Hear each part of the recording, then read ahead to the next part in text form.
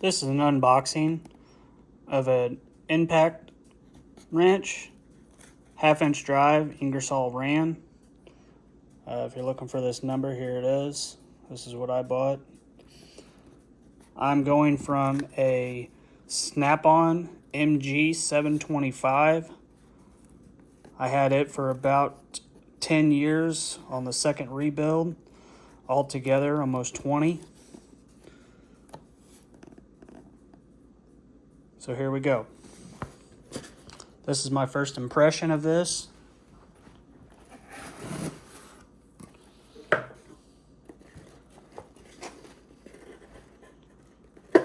The packaging looks pretty good. The feel of it seems to be pretty heavy. Don't seem too cheaply.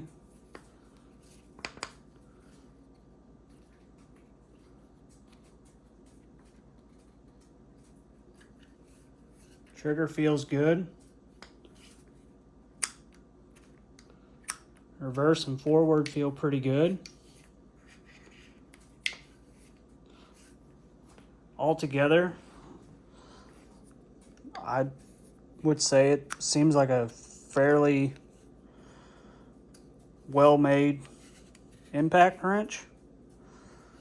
Again, if you're looking for the number, there it is on the gun itself. Let's see.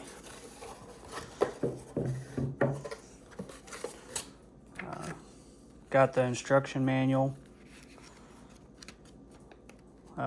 Breakdown, it looks like.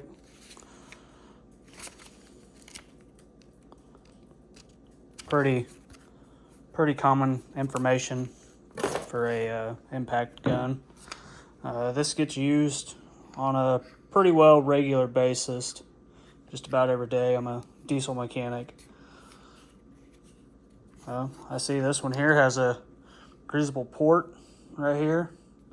My Snap-on MG 725 does not.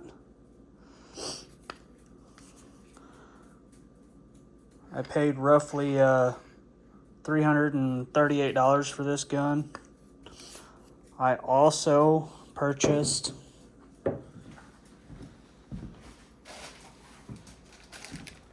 the rubber boot for it as well, just to help protect it. I like to make it, stay looking good.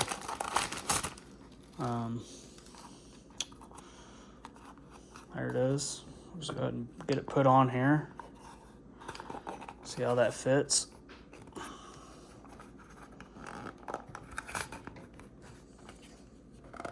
Maybe.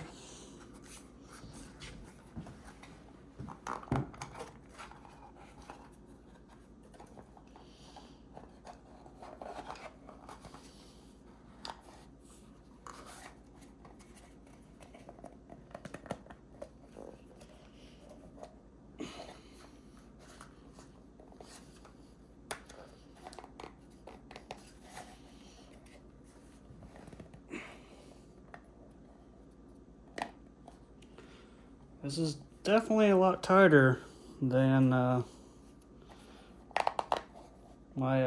MG 725 Snap-on. Okay, there it is. Got it. It's just going to have to be stretched a little bit, broken in a little bit more. I would test it here at my house, but I don't really have anything to use it on, so we'll just have to maybe try it out at work tomorrow, maybe. So if you're looking for one, I would, as of right now, just looking at it, I would highly recommend it. Feels pretty hefty. Feels good in the hand. I have kind of smaller hands, not, massive. I mean, that's a comparison there. So overall, feels good. They say it's supposed to be pretty quiet.